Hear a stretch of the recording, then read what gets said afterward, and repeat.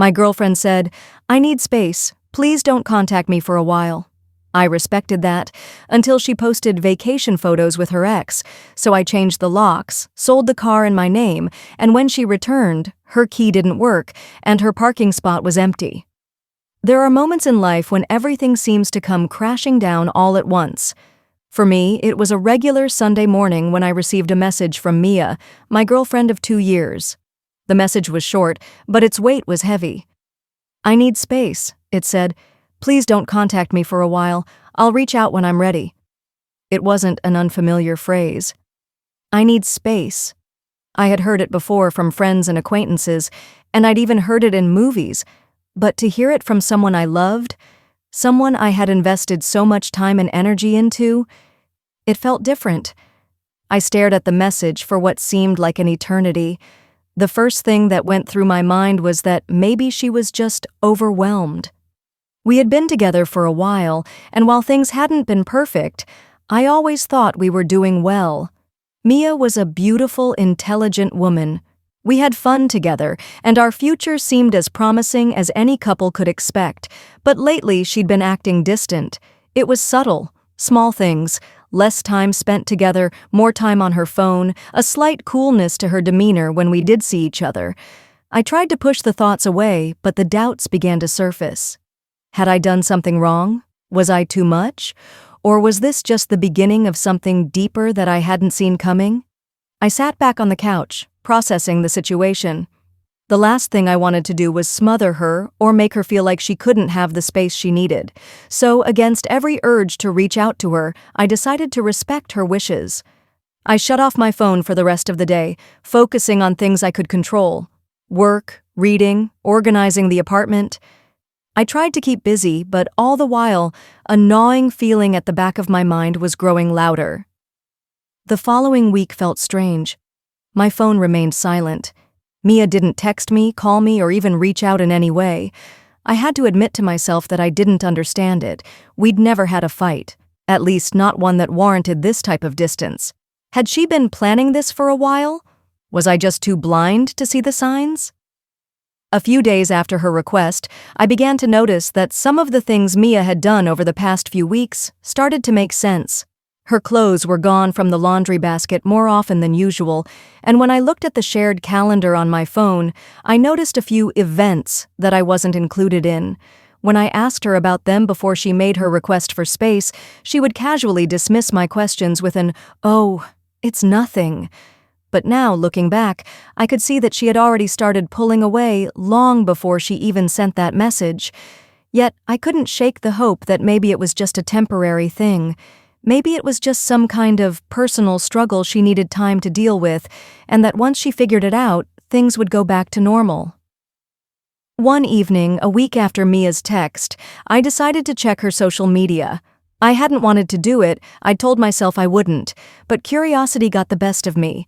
I wanted to know if she was okay, to see if she'd posted anything that might give me a clue about what she was doing or how she was feeling. I opened up Instagram and began scrolling.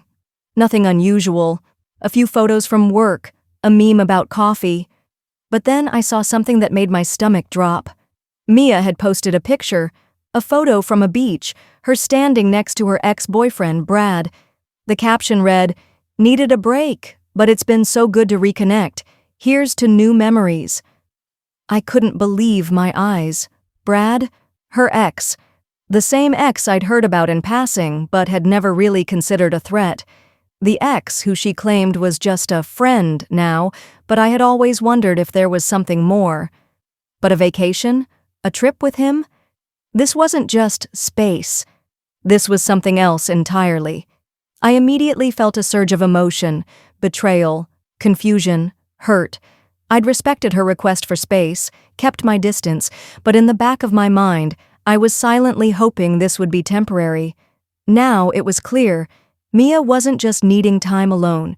She was reconnecting with someone else, someone she'd been with before. I didn't know what to do. I was angry, but mostly I felt betrayed. The girl I loved, the girl I thought I knew, was on vacation with her ex, and I had no idea how to process it. Part of me wanted to confront her, to call her and demand an explanation. but I stopped myself. I wasn't going to be the desperate, needy boyfriend chasing after her. I had a plan, and it wasn't going to involve me looking pathetic. That night, I sat in our apartment, stewing over what I had just seen. Mia had every right to take a break. But this was something else. I thought about all the times I'd taken care of her, supported her through tough days, cheered her on at her job, and celebrated the small victories of life together. And this was how she repaid me? By sneaking off to some beach with her ex, acting like I didn't even matter? I had two choices: let her get away with it, or make sure I wasn't the one left picking up the pieces when she returned. It was time to make a change, a drastic one. The next morning, I took action. Mia's key was still hanging on the hook by the door, and I knew what I had to do. I called a locksmith and had him come over to change the locks. It was a small thing, but it felt good, like I was taking control of my life again. The locks were now mine alone, and Mia would need to come to me if she wanted to get back in. I also took another step. Mia's car, a gift I had given her a few months ago, was parked in the garage. Technically, it was in my name. So I called the dealership, got all the necessary paperwork together, and had the car sold that afternoon. As I signed the paperwork, I felt a mix of satisfaction and frustration. I wasn't doing this to be petty. I was doing it because Mia had taken something from me that I couldn't get back, my trust.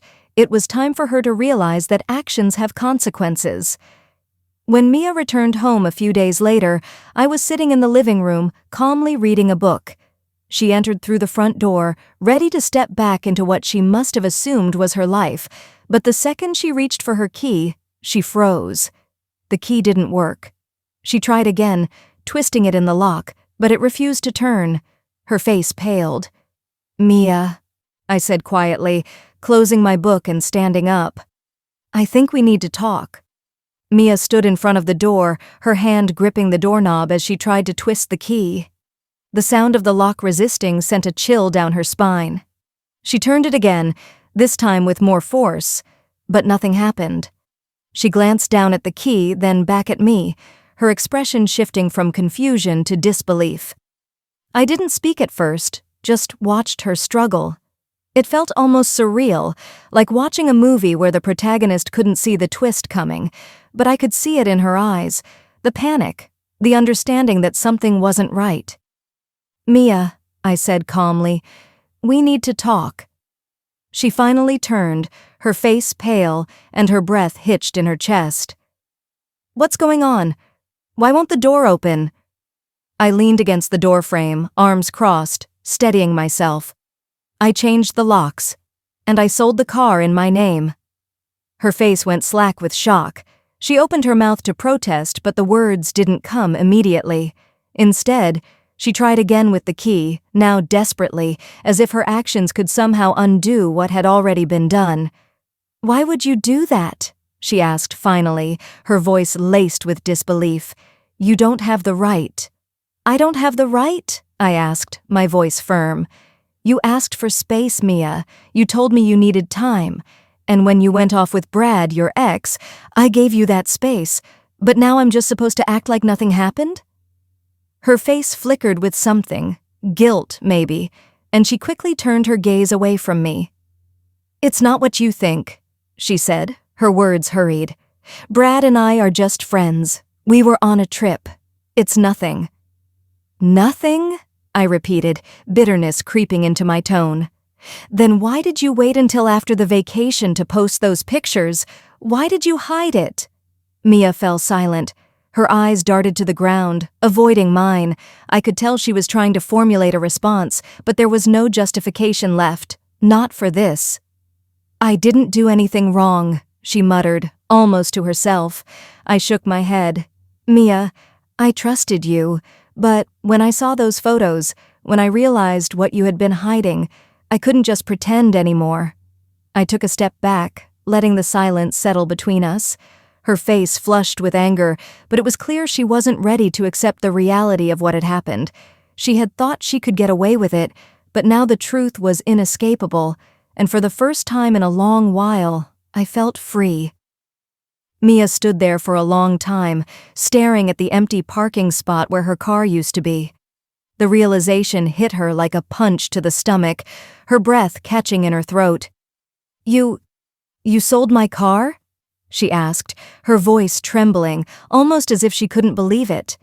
"Sold it the day you left," I replied flatly. "The car was in my name. I figured you wouldn't need it anymore." She took a step back, her hands trembling at her sides. "This is insane. You can't just take everything from me. That car was mine, too." I didn't react to her outburst. There was nothing left to say. Mia had crossed a line, and I had no intention of letting her believe that she could walk back in after everything that happened. Her betrayal, her arrogance, it had all led to this moment. "Mia," I began, my voice softer now, but firm. "You took what we had for granted. You thought that by asking for space you could get away with whatever you wanted, and then you rubbed it in my face with those pictures of you and Brad." Her face flushed red, her hands now balled into fists. "I didn't think you'd do something like this," she spat. "You didn't have to do anything to me." "No," I said, shaking my head. "But you did it to me, Mia. You let me believe in something that wasn't real. And when I finally figured it out, I did what I had to do. You don't get to play games and expect me to sit back and watch. Not anymore." She opened her mouth to speak, but her words died in her throat. She was at a loss for any excuse now. The truth was clear, and all the defensiveness in the world wouldn't change the fact that she had been playing me. "Mia, it's over," I continued, stepping closer, but not too close. Just enough to make her feel the finality in the air. "You don't get to come back here and pretend like nothing happened. This is done, and I'm done with you." Her eyes welled up with tears, but I didn't flinch. There was no pity left in me for her. She'd made her choice. She stood there for what seemed like an eternity, her tears silently falling, the weight of her actions finally hitting her. But I didn't move, didn't offer a shoulder or an explanation. I simply turned, walking away, knowing I was leaving something behind.